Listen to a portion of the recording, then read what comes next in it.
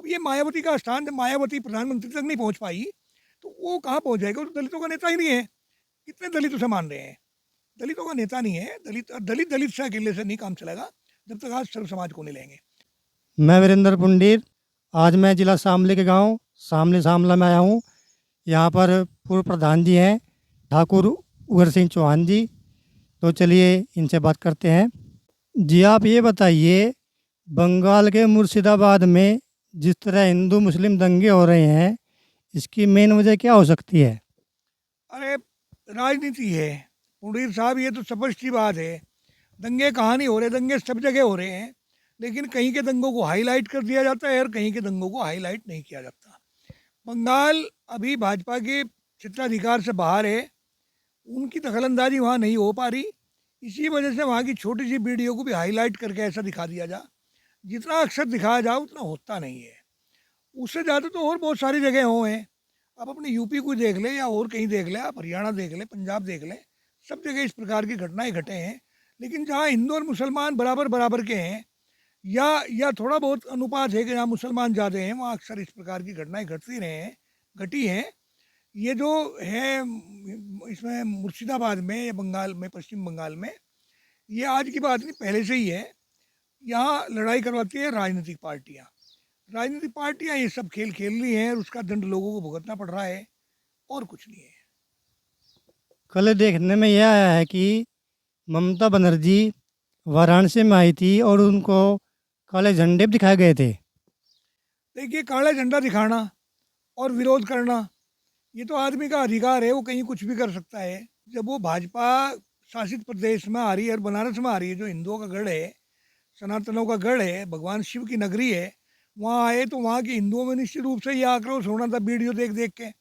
और उन्होंने काले झंडे दिखाए, इसमें कोई आश्चर्य की बात तो है नहीं। ये तो स्वाभाविक है, होगा। लेकिन अगर वास्तविकता देखी जा, वहाँ जाके देखी जा, तो पीछे इसके कुछ ना कुछ और खड़ा हुआ मिलेगा। ये नहीं है, इतना नहीं है जितना दिखाया जाता है। भाजपा वाले अधिकतर यह कहते हैं कि ममता बनर्जी सांप्रदायिक है और वह इन दंगों को ज़्यादा बढ़ावा दे रही है। कौन सांप्रदायिक नहीं है? समाजवादी पार्टी सांप्रदायिकता नहीं कर रही है कि वहाँ हिंदू मुसलमान का गेम खेल रही है। भाजपा है वो भी सांप्रदायिकता का गेम खेलती है। आज के दिन विकास तो रहा ही नहीं, ना कहीं लड़कों के रोजगार रहे, ना भ्रष्टाचारी रही, ना महंगाई रही, ना ये टोल टैक्स बढ़ते जा रहे ये रहे, ना किसान का कोई मुद्दा रहा, ना नौकरियां रही, ना बिजली, ना सड़कें, ना पानी, ना एजुकेशन, कोई रहा ही नहीं। आज के दिन तो सांप्रदायिकता ही तो है। भाई मैं एक बात कहा करता हूँ कि अक्लमंद आदमी की खुराक मूर्ख लोग हैं। मूर्ख लोग सामने बैठे हुए हैं, मंचों के सामने, मंच पे बैठे हुए हैं अक्लमंद लोग। अक्लमंद लोगों के नारे लगा रहे, वही नीचे बैठे हुए लोग, बस जिंदाबाद जिंदाबाद, हम तुम्हारी साथ है, संघर्ष करो। और वो किस लालच में? उन्हें 2 दिन पहले की बनी हुई पैकेट में चार चार या छः छः कचौरियाँ पहले रख दी ना, थोड़ी सब्जी हो, एक लड्डू हो, एक थोड़ी सी मिर्च हो या अचार की फाँक हो, इस चक्कर में पड़े हुए वहाँ नारे लगाओ जहाँ, और वे मंच पे बैठ के कुछ ना कुछ उल्टी सीधी बात कहें। यही तो हो रहा है इस देश में। कोई समझ नहीं पा रहा कि हो क्या रहा। और सही मुद्दों से ध्यान भड़काने के लिए सांप्रदायिकता तो पैदा करी जाएगी। यही देश के विनाश का कारण है। ये होगा और ये तो आगे आगे और बढ़ता जाएगा, ये घटने का नहीं। क्योंकि नेताओं की आत्मा मर चुकी, जिन्हें हम चुन चुन के पार्लियामेंट और विधानसभाओं में भेज रहे, वे लोग बाग इतनी नपुंसकता दिखा रहे कि हिजड़ों की तरह वहाँ जाके बैठ जा। और पार्टी जो कहेगी वही कहेंगे, उनका अपना विवेक नहीं है। पहले नेता थे, उनके विवेक हुआ करते थे, अपनी उनका कोई अपना जमीर होता, कोई भाषा होती, कोई उनके विचार होते जिस पर चर्चा हुआ करती थी। आज वो चर्चा ही नहीं है। आज चर्चा केवल सांप्रदायिकता पे है। और सांप्रदायिकता क्या रहेगी? भाई बौद्ध नहीं लड़ रहे, बौद्धों के साथ झगड़ा नहीं, जैनियों के साथ झगड़ा नहीं, सिख साइलेंट हुआ बैठा। अब झगड़ा केवल हिंदू और मुसलमान का है। और हिंदू और मुसलमान कहाँ मिलेंगे आपको? कश्मीर मिलेंगे या आपको यहाँ मिलेंगे, इसमें पश्चिम बंगाल में मिलेंगे, और कहाँ हैं? अब कश्मीर तो इनके हाथ में है, और पश्चिमी बंगाल इनके हाथ में नहीं है। तो पश्चिमी बंगाल पे तो इस प्रकार का शिकंजा कसना स्वाभाविक है। तो राजनीतिक मामला है इसमें, वो तो कहीं कुछ है ही नहीं। आप कुछ ही कह लो जो आपके जी में आवे, ये हो रहा। जी तो क्या इसका सीधा सीधा मतलब यह है कि जहाँ जहाँ पर भाजपा की सरकार नहीं है, वहाँ पर कहीं ना कहीं दंगों में भाजपा का हाथ रहता है? नहीं, भाजपा का हाथ क्या दंगों में? मैं आपको एक मोटी सी बात बताऊं, हमने बहुत नज़दीक से देखा सारा मामला।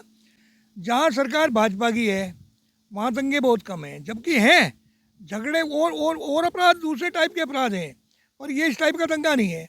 और जहाँ सरकार इनकी नहीं है वहाँ दंगे करवा के तो सरकार लानी चाहिए चाह रहे। अब सरकार तो तभी आवेगी ना जब लोगों में इस प्रकार की भावना पैदा कर दी जाएंगी, उनका मनोबल तोड़ दिया जाएगा, और उन्हें बिल्कुल ये दिखाई जाएगा कि भाई भाजपा में ही तुम सुरक्षित हो, भाजपा के अलावा कहीं सुरक्षित नहीं हो। नहीं तो झगड़े पहले भी हुए, आज भी हैं और कल भी होंगे, झगड़ों को कोई रोक नहीं सकता। जी, जैसे कि 2027 में उत्तर प्रदेश में मुख्यमंत्री के चुनाव हैं, तो क्या जब जब चुनाव नज़दीक आते हैं सांप्रदायिक घटनाएं बढ़ती हैं, उनको बढ़ावा मिलता है, और क्या वो जानबूझकर बढ़ती हैं? बिल्कुल वो की जाती है, सांप्रदायिक घटनाएं जब हो वे तो करवाई जाती हैं। झगड़ा कभी नहीं होता, झगड़ा कभी भी नहीं होता, ना कोई आदमी झगड़ा चाहता है। ऐसा कोई आदमी नहीं जो झगड़ा चाहता हो। झगड़ा हमेशा करवाया जाए, किसी ना किसी मुद्दे को लाकर खड़ा कर दिया जाए, जिससे कि तनाव पैदा हो जाए दो संप्रदायों में, कुछ जातियों में, कुछ संप्रदायों में तनाव पैदा हो जाए, और उसका फ़ायदा राजनीतिक पार्टियों को मिले।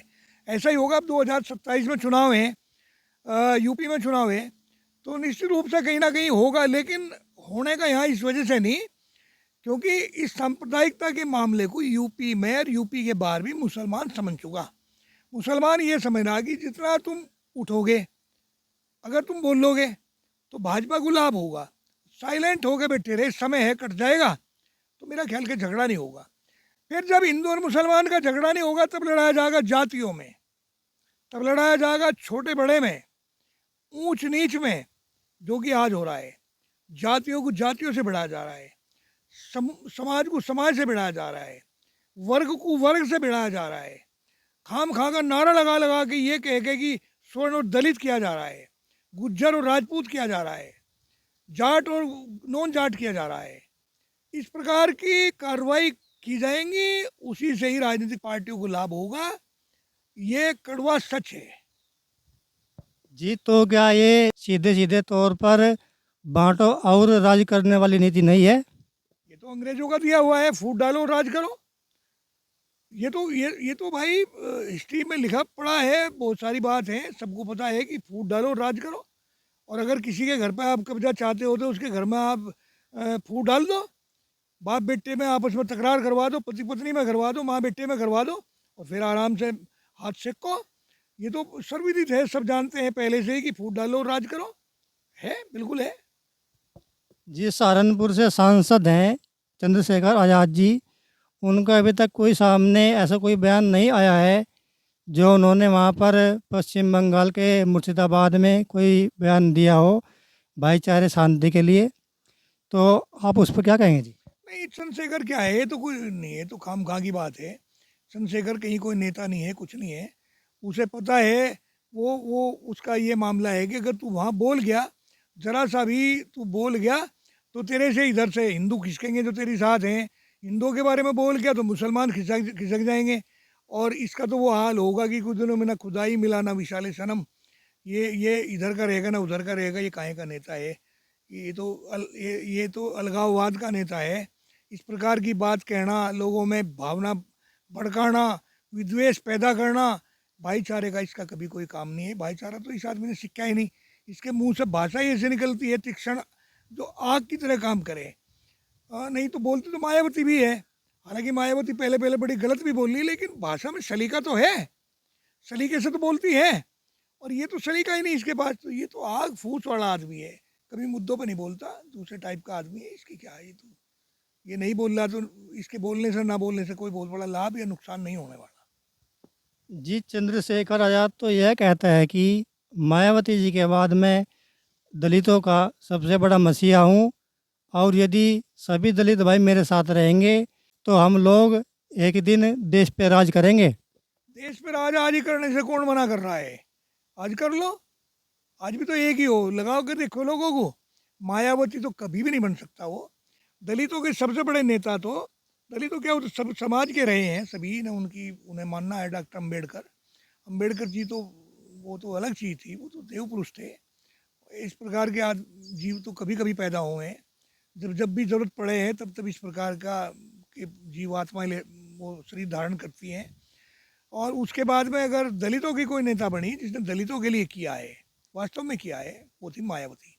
केवल एक जाति के नाम पे अगर अब देश का प्रधानमंत्री या मुख्यमंत्री बनना चाहें, ऐसा असंभव है। कोई बना ना बन सकता, आज तक कोई बना नहीं, ना बन सकता। सर्व समाज को साथ लेना पड़ेगा, सभी जातियों को साथ लेना पड़ेगा, तब आप इस मंजिल तक पहुंच सकते हैं। अन्यथा तो ये तो काल्पनिक बात है, अपने मन के लड्डू हैं, फोड़ते रहो, खुश होते रहो, इसमें कुछ नहीं है, कोई लाभ नहीं है। तो क्या आपका सीधे सीधे तौर पर यह कहना है कि जो नेता सभी समाज की बात करेगा, सभी धर्मों की बात करेगा, सभी जातियों की बात करेगा, वही आगे देश पे राज करेगा? भारत विविधताओं का देश है, विविध प्रकार की जातियां, धर्म इस देश में है। ये एक ऐसी माला है जिसमें सभी प्रकार के पुष्प हैं। यहाँ सबको साथ लेके चलोगे तो सौंदर्यता रहेगी, नहीं तो यहाँ कुछ नहीं रहेगा। अगर एक किसी जाति के नाम पे आप सोचते हो कि मेरी जाति इतनी है, मैं इतने प्रतिशत हूँ और पहाड़ फोड़ दूंगा, ऐसा कभी नहीं हुआ करता। समाज इस प्रकार से बंधा हुआ है कि अगर मैं स्वर्ण जाति का हूँ, मैं राजपूत हूँ, तो निश्चित रूप से मेरे गांव में दलित हैं तो कुछ ना कुछ दलित तो मेरे प्रभाव के होंगे।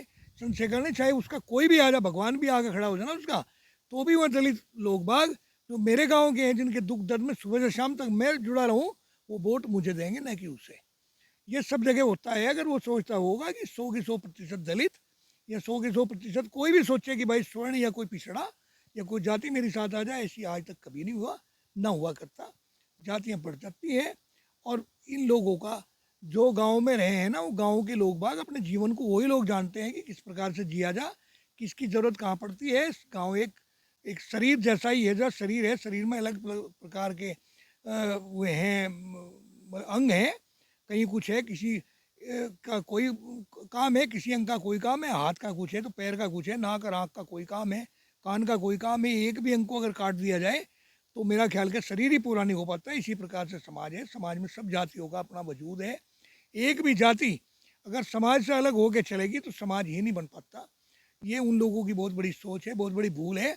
जो नेता अपने स्वार्थ के वशीभूत हो गए, देश को जातियों में बांट रहे हैं, धर्म और संप्रदाय समाज को में बांट कर समाज में एक जहर घोल रहे हैं। इस प्रकार के नेताओं से इस देश का कभी भला होने वाला नहीं है।